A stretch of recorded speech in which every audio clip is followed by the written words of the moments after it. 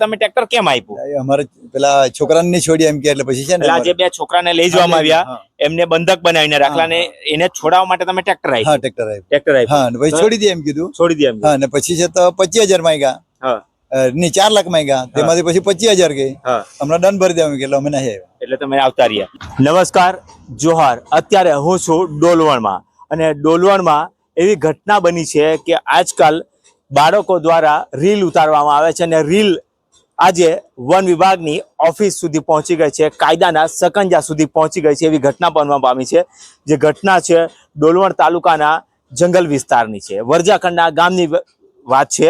અને બે બાળકો દ્વારા માટી ખનન થતું હતું અને ત્યાં માટી ભરવા ગયા હતા કે માટી લેવા ગયા હતા કે પછી બીજા અર્થે ગયા હતા, પણ એમને એક રીલ મૂકી હતી અને રીલ એમના મિત્રને મેન્શન કરી હતી.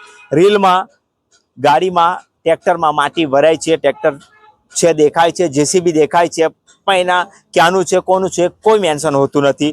પણ એક બાળક જે છે એ 18 વર્ષનો માંડ થયો છે અને એક બાલિક છે. પણ વન વિભાગના અધિકારીઓ વન વિભાગને જાણે કે જરાક પણ નુકસાન ન થવા દેતા ચાપતી નજર રાખી અને કામ કરતા તે રીતે આ બંને બાળકોને આજે સવારથી ઉચકી લઈ ગયા છે.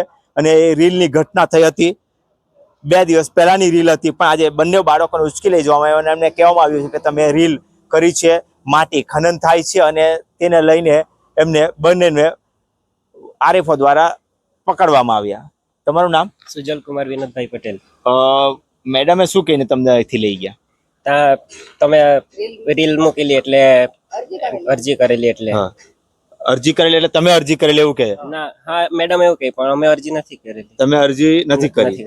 એટલે અરજી કા કરી એવું પૂછવું જોઈતું હતું કે મેડમ? મેડમ કે ઉપરથી અરજી આવેલ છે ગાંધીનગરથી. ગાંધીનગરથી અરજી આવેલ છે, તમે ગાંધીનગર અરજી કરેલી છે એવું મેડમ કે. મેડમ કહે. હા, તો તમે રીલ ક્યારે અપલોડ કરેલી? અમે 2 દિવસ પહેલાનું કરેલું હતું. 2 દિવસ પહેલા એને સ્ટોરી મૂકેલી ફ્રેન્ડે મારા, એટલે મને મેન્શન કરેલી એટલે મેં તે મૂકેલી હતી. તારી ઉંમર કેટલી? મારી અત્યારે 21 થઈ. 21 થઈ. હા, ને તારા આ મિત્ર છે તારો? તારી 18 વર્ષ. ક્યારે 18 પર? હવે 13 તારીખે પૈતા. આ 13 તારીખે પૈતા. 18 થયાની સાથે તને ગુનેગાર બનાવી દીધો વન વિભાગે. શું કીધું આજે લઈ ગયા? તમે રીલ કેમ મૂકીને કઈ જાણતો હતું આ ખેતરનું એમ કેમ પૂછેલું હતું? જંગલમાં લાગે કે એમ ખેડૂતનું છે એમ પૂછેલું હતું. અમે કીધું ના, મેં બીજા ગામનો એટલે અહીંયા આવેલો ખરો ફ્રેન્ડ હતા એવું કીધું. એવું કીધું તમે? બીજું કઈ પૂછ્યું તમને? ના, બીજું કઈ ન પૂછ્યું. ત્યાં કેટલી વાર સુધી વન વિભાગે તમને બેસાડી રાખ્યા? આખો દિવસ? હા, આખો દિવસ કલાક. ખાવાનું ખવડાવેલું? ના, ખાવાનું બી ખવડાવ્યું નહીં? આખો દિવસ તમને એમ જ રાખ્યા? કાં લઈ ગયેલા એ લોકો? અહીંયાથી લઈ ગયા વ્યારાથી લાવ્યા પછી ઉનાઈ. હા. કોઈ સહી કરાવડાવી? કઈ કરાવ્યું? હા. સહી શાના પર કરાવડાવી? પેપર પાસે. કઈ લખેલું હતું એમાં? ના, એમ જ આપેલું હતું. હા. આધાર કાર્ડ ને એવું આપ્યું, હાથના નિશાન આપ્યા. હા, હાથના નિશાન આપ્યા. આધાર કાર્ડ આપેલો. આધાર કાર્ડ તમારા બંનેના હાથના નિશાન બી લીધા? બરાબર. હવે વન વિભાગના અધિકારીઓને એટલી બુદ્ધિ ચાલવી જોઈતી હોય કે આ બે બાળકો છે, એક નાબાલિક માંથી ફક્ત હજુ 4 દિવસ થયા છે અને એમના તમે ગુનેગાર બનાવી દીધા, હાથના પંજા લઈ લીધા. ત્યારે મારે વન વિભાગને કહેવું છે, વન વિભાગના ડીસીએફ ને કહેવું છે, વન વિભાગના આરએફઓ ને કહેવા જેવું છે જ નથી. એને કઈ ખબર પડતી નથી. કારણ કે જ્યારે તાપી જિલ્લાના ડોલવણ તાલુકાની વાત આવે, ગાર પાણીની વાત આવે, પદમ ડુંગરીની વાત આવે, ત્યારે વન વિભાગને મીડિયા દ્વારા પ્રૂફ સાથે આપવામાં આવ્યું છે કે આટલી માટી ખોદાઈ છે, લાખો રૂપિયાની માટી ચોરી થઈ છે, જેસીબી દ્વારા કરવામાં આવ્યું છે, ટ્રેક્ટર દ્વારા લઈ જવામાં આવ્યું છે. છતાં પણ વન વિભાગના અધિકારીઓ આંખ આડા કાન કરીને ચૂપ બેઠા. કોના શરમે? કારણ કે નેતાઓના હાથ છે એમના ઉપર. એટલે વન વિભાગના ડીસીએફ પણ પોતાની ખુરશી પકડીને બેસી રહ્યા છે. કારણ કે ખબર છે કે જેના તળિયા નીચે આ કામ ચાલે છે એ રાજકીય નેતા છે. જો ડીસીએફ સાહેબ હલશે તો એમની ખુરશી હલી જશે. એટલે ડીસીએફ સાહેબે કોઈ કાર્યવાહી કરી નહીં, આરએફઓ મેડમે પણ કોઈ કાર્યવાહી કરી નહીં. ફક્ત એક નામજોગ માપનો દંડ કરી અને કાર્યવાહી રફે દફે કરી. જંગલ વિસ્તારમાં ચાલતા બેફામ માટી ખનનમાં કોઈને પડી નથી. વન વિભાગ ચૂપ છે. જ્યારે આ એક રીલ, જે રીલમાં તમને કોઈ નંબર સરખા દેખાતા નથી, કોઈ ટ્રેક્ટરની ઓળખાણ નથી, કોઈ વ્યક્તિ નથી દેખાતું, છતાં પણ કોઈક જૂની અદાવત લઈને આ બાળકોને ઉચકી ગયા અને ટ્રેક્ટરના માલિકોના ખોટા નંબરો આપી દેવામાં આવે છે કે આ ટ્રેક્ટરનો નંબર છે, પણ એ ટ્રેક્ટરનો નંબર નથી, એ હાઈવાનો નંબર છે. એવા નંબરો આપીને ટ્રેક્ટરો ઘરથી ઉચકી જવામાં આવ્યા. આપણી સાથે જેમનું ટ્રેક્ટર લઈ જવામાં આવ્યું છે એમની સાથે વાત કરીએ, એ શું કહે છે.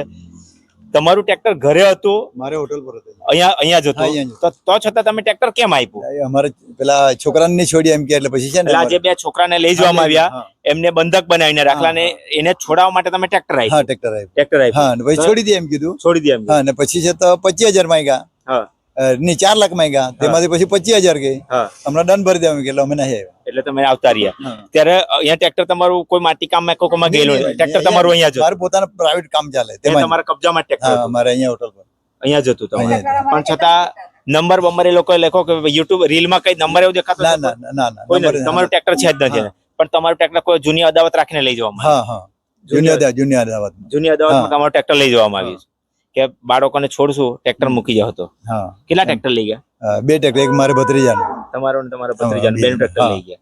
બીજા કોઈ ગાડીના નંબર ઉલ્લેખ કરેલો છે? ને બીજા ગાડી એ લોકો નંબર લઈને આવેલા હા. પેલા ડાયરીમાં, હા. પણ તે હાઈવાનો છે ને હા. ટ્રેક્ટર એક હતું જે 21 માં હતું હા. તે બાજુ નવસારી જિલ્લાનું નવસારી જિલ્લાનું છે. એનું કોઈ છે એને નથી. કોઈ નથી. જે ટ્રેક્ટર હાઈવા તો દેખાતો નથી રીલમાં, છતાં બી હાઈવાનો નંબર લઈને હાઈવાનો નંબર અમે ચેક કર્યો તો હાઈવાનો નંબર. હા, એટલે એ એના છોકરો પર- એના હાઈવા પર પરથી- જતો. એટલે એના પરથી તમને લાગે છે કે જૂની અદાવતમાં હા. તમને ફસાવા માંગે હા છે. એટલા માટે. હા આપણે નામ શું કીધું તમારું? નવીનભાઈ સોમાભાઈ પટેલ.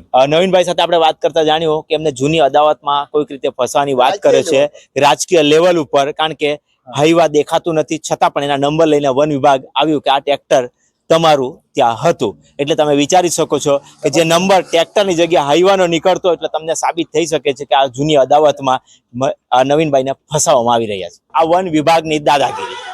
જો વન વિભાગે જંગલ પ્રત્યે એટલી જ લાગણી હોય, જંગલ પ્રત્યે એટલું જ કામ કરવું હોય તો બીજા ઘણા બધા એવા પ્રૂફ મીડિયા દ્વારા આપવામાં આવ્યા છે, છતાં પણ વન વિભાગે આજ દિન સુધી એના ઉપર કોઈ જ કાર્યવાહી નથી કરી. કમ્પાર્ટમેન્ટ નંબર સાથે હું આપું છું, ત્યાંથી આટલા ઝાડવા અને લાકડા કપાયા છે, પણ વન વિભાગ ચૂપ છે. કારણ કે વન વિભાગે કામ ફક્ત એ જ કરવું છે કે જ્યાં એમને ઉપરથી કંઈક મળે ત્યાં કામ કરવું છે, બાકી વન વિભાગના અધિકારીઓ કામ કરવું જ નથી. આ બે બાળકોને હાથના પંજા, નિશાન, છાપ લઈ અને આજે ગુનેગાર બનાવી દીધા માટી ચોરના. આ કેટલા અંશે યોગ્ય કહેવાય? જ્યાં ખરેખર માટી ચોરટાઓ છે ત્યાં વન વિભાગની બોલતી બંધ થઈ જાય છે, કારણ કે ત્યાં નેતાઓના હાથ છે, એટલે નેતાઓના હાથ નીચે દબાઈ જતા હોય છે. પણ જોવાનું રહેશે આવનાર સમયમાં શું થશે. ટ્રેક્ટર કયા પકડવામાં આવ્યા છે, કયા ટ્રેક્ટર છે સાબિત નથી, છતાં પણ વન વિભાગે ઘરથી ટ્રેક્ટર ચોરી ગયાનો આરોપ પરિવારે લગાવ્યો છે.